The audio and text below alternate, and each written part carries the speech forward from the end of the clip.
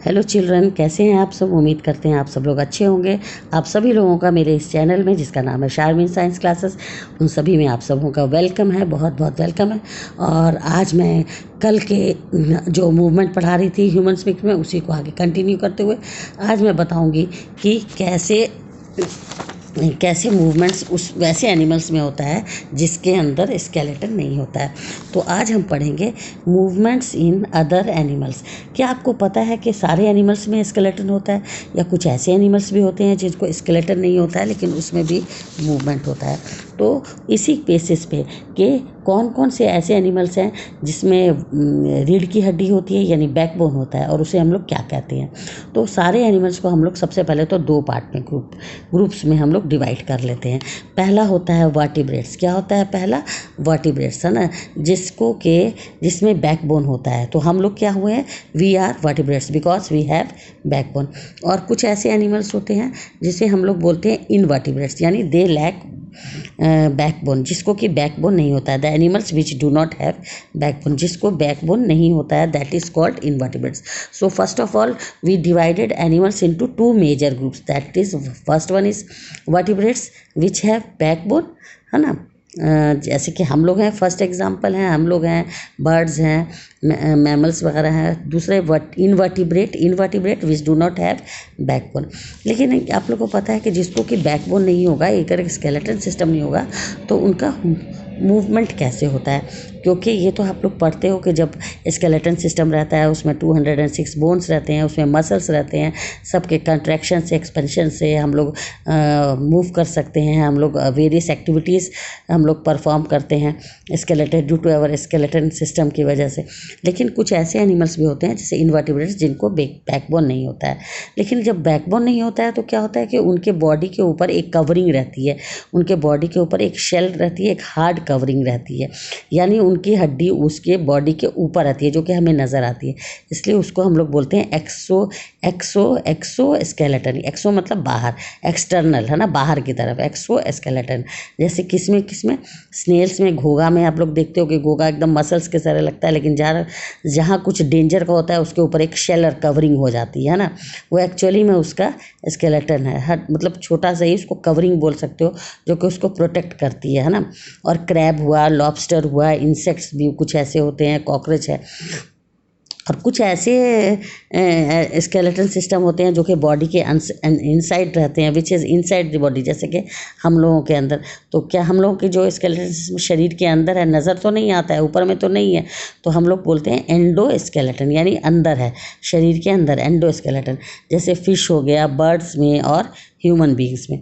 तो आज हम लोगों ने क्या पढ़ा कि वी शुड डिवाइड द और classified animals into two main major groups, vertebrates and invertebrates. ये दो मेन मेजर ग्रुप्स है। Vertebrates means which have backbone, invertebrates means जिसमें बैकबोन नहीं होता है। लेकिन आपको ये सोचना होगा कि जब इनवर्टिब्रेट्स में, जैसे कि अर्थवर्म हो गया, स्नेल्स हो गया, इसमें अगर मूवमेंट कैसे होता होगा, तो अर्थवर्म जो इसका एक एग्जाम्पल होता है, इनवर्टिब्रेट का एक एग्जाम्पल अर्थवर्म भी है। स्नेल है, क्रैब्स है, कॉकरोच है, अर्थवर्म है।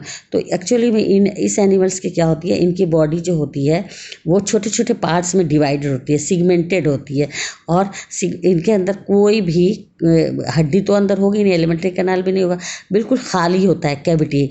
और उस कैविटी के अंदर दो मसल्स रहते हैं जो कि परपेंडिकुलर रहते हैं, और इसी में जब ये एक कॉन्ट्रैक्शन करेगा तो फिर वो आगे बढ़ेगा, आगे वाले को धक्का देगा, फिर वो आगे बढ़ेगा, फिर पीछे सिकुड़ेगा। इसलिए इस तरह से कॉन्ट्रैक्शन और एक्सपेंशन से ये एनिमल आगे बढ़ता है। और फिर इन एनिमल्स जो अर्थवर्म वगैरह होता है, इसके पैर के पास इनके जो एब्डोमेन होता है, जो पेट का निचला हिस्सा होता है, उसमें छोटा छोटा निकला रहता है रूट की तरह, जैसे लगे आपको लेग है, छोटा छोटा नज़र नहीं आता है माइक्रोस्कोपी बहुत, और उस ज़मीन को वो जकड़े रहता है, ग्रिप किए रहता है, और इसकी वजह से वो आगे बढ़ता है उस तरह से। तो ये इन लोग की मूवमेंट जो है वो ऐसे ही होती है। तो आज हम ज़्यादा क्लास नहीं लेकर के आपको मेन यही बताएंगे कि what is the difference between vertebrates and invertebrates. Vertebrates means which the animals which have backbone, जिसको बैकबोन होता है यानी रीढ़ की हड्डी होता है। Invertebrates means the animals which do not have backbone. तो एग्जाम्पल आप लोग देख लीजिए। और जो इनवर्टिब्रेट्स होते हैं उनके ऊपर एक कवरिंग होती है, एक शेल होता है, हार्ड कवरिंग होती है जिसको कि हम लोग शेल बोलते हैं। या ऐसे एनिमल्स को हम लोग बोलते हैं इनकी जो हड्डियाँ होती है वो ऊपर होती हैं, एक्सको स्केलेटन। वो हम लोग की तरह इतना डेवलप बोन नहीं होता है, एक कवरिंग टाइप का होता है, जैसे लगता है आपको ये दूर से कि ये हड्डी है। तो आज हम लोगों ने यही पढ़ा, मूवमेंट्स इन अदर एनिमल्स। अब आप देख लीजिए कि अर्थवर्म में इस तरह का ही मूवमेंट होता है। उसी तरह से स्नेल में भी, स्नेल घोंघा आप देखते होगे, वो जब चलता है तो आगे में थूक थूक जैसा लगता है। वो उसका जो आगे में जो 2 सूंड टाइप का होता है एंटीना, वो उसमें से कुछ लसलसा पदार्थ ज़मीन में देता रहता है, जिससे कि स्लिमी टाइप का वो बना, और वो उसका जो पैर है जो उसका वो है वो फिसलते हुए उसे आगे बढ़ता जाए। फुट जो है वो कुछ स्लाइमी म्यूकस टाइप का देता है ताकि एक स्लिपरी ट्रैक बन जाए, और उसमें जो है घोंघा जो है वो अपने छोटे छोटे इससे वो मूव करता है, रिपलिंग मूवमेंट बोलते हैं।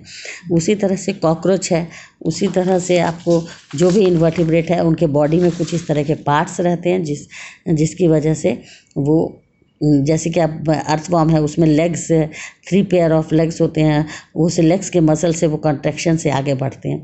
तो जो हमारा जो इनवर्टिब्रेट्स है उसके बारे में बात करें। और वर्टिब्रेट्स जो है वो तो आप, जिसको बैकबोन है वो तो आप जान ही रहे हो कि वो तो कैसे चलेगा। उनका जो बोन है, मसल्स है, जॉइंट्स है, और इसकी वजह से वो अब दौड़ सकते हैं, चल सकते हैं। तो इसी तरह से जो देख लीजिए ये आपको अर्थवर्म, ये अर्थवर्म का पिक्चर आप देख रहे हैं। ये पूरी बॉडी सिगमेंटेड है और अंदर पूरी खाली होगी। इसमें 2 तरह के मसल्स होंगे जिनके कंट्रैक्शन से क्या होता है, कंट्रैक्शन और एक्सपेंशन से ये आगे बढ़ता है। और इसी तरह से नीचे आप देख रहे हो कि ग्रीन ग्रीन से थोड़ा थोड़ा लग रहा है पाँव की तरह, जिसे हम लोग सीटा बोलते हैं। वो ज़मीन को ग्रिप करके पकड़ लेते हैं और इस तरह से ये आगे बढ़ते हैं। तो इनके मूवमेंट, जिसको कि बैकबोन नहीं होता है, वो इस तरह से मूवमेंट जो है वो नीचे से ज़मीन से टच करके, और इनके सीगमेंट से ड्यू टू एक्सपेंशन और कंट्रैक्शन, इनके अंदर जो मसल्स होंगे या जो भी थोड़ा बहुत मसल्स होता है उसके कॉन्ट्रैक्शन और एक्सपेंशन से ये इनवर्टिब्रेट्स आगे बढ़ते जाते हैं। तो आपको उम्मीद करते हैं समझ में आ गया होगा कि वर्टिब्रेट्स किसे कहते हैं, इनवर्टिब्रेट्स किसे कहते हैं। Vertebrates which have backbone and invertebrates which do not have backbone. तो आज का हम क्लास इतना ही। उम्मीद करते हैं आपको ये ठीक लगा होगा। वर्टिब्रेट्स और इनवर्टिब्रेट्स में डिफरेंस पता चल गया होगा। अगर आपको ये ठीक लगता है तो आप लोग ज़रूर लाइक कीजिए और अपने फ्रेंड्स वगैरह में शेयर कीजिए। अब हम इसके आगे कल पढ़ाएंगे आपको नेक्स्ट के स्टैंडर्ड 8 का क्लास होगा कल, प्रेशर एंड फोर्स, उसके बारे में कल हम डिटेल से लेंगे। तब तक के लिए गुड बाय, टेक केयर।